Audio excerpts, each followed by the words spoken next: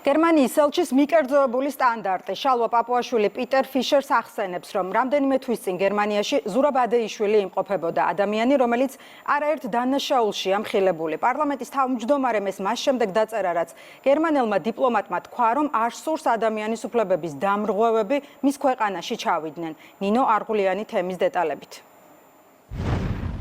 განცხადებას, რომელსაც ახლა პირდაპირ ეთერში მაყურებელი ისმენ და არც მეტი არც ნაკლები იმ ქვეყნის ელჩი აკეთებს, სადაც ზურაბ ადეიშვილს პატივით მასპინძლობენ. ამ დროს კი ზურაბ ადეიშვილი თავად გერმანელებმაც კარგად იციან და მით უმეტეს საქართველოს მოქალაქეებმა კარგად იციან, რომ საქართველოში ქართული მართლმსაჯულების მიერ უკვე ბრალდებულია და მსჯავრდებულია ისეთ საქმეებზე, როგორიც არის კობა დავითაშვილის გატაცება, ციხეებში ადამიანის წამება და ტელეკომპანია იბერიის წართმევის საქმე.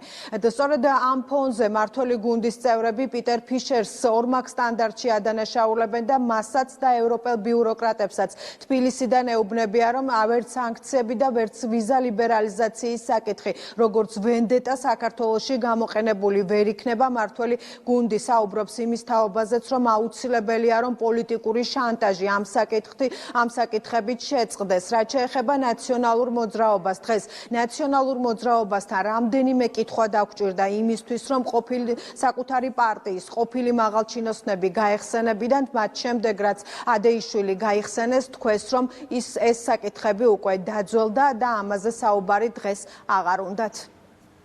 არსებობდეს მტკიცებულებები იმისთვის, რომ ეს ადამიანი კონკრეტულად ვიზეთ საუბრობთ, არ ვიცი ვიზეთ საუბრობთ, მაგრამ ზოგადად მტკიცებულებები არსებობდეს და ევროპულ სასამართლოებს რო იყოს გქონდეთ გაგზავნილი, ევროპულ სასამართლოები შესაბამის გადაწყვეტილებებს გამოიტანენ. ჩვენ უნდა ვიზრუნოთ დღევანდელ პრობლემებზე, მუდმივად აქცენტის გაკეთება 15 წლიდან ამბებზე არის უბრალოდ არაადეკვატური. შეურაცხყოფილია ქართული ხალხის მიმართ ის დამოკიდებულება, რომ ზურაბ ადეიშვილი, რომელიც იმგვარი რეჟიმის წარმომადგენელი არის, როგორიც მაგალითად მთელი სოფლიოსთვის და გერმანიისთვის ფაშიზმი იყო, თავის სამყოფელს პოვებს გერმანიაში და გერმანიის სახელმწიფო არ ითვალისწინებს ქართული ხალხის მოთხოვნას, ქართულ სამართალს და იმ ელემენტარულ პარტნიორულ ურთიერთობას, რომ ჩვენს ქვეყანაში ასეთი უმძიმესი დამნაშავეები არ გადაადგილდებოდნენ თავისუფლად გერმანიაში.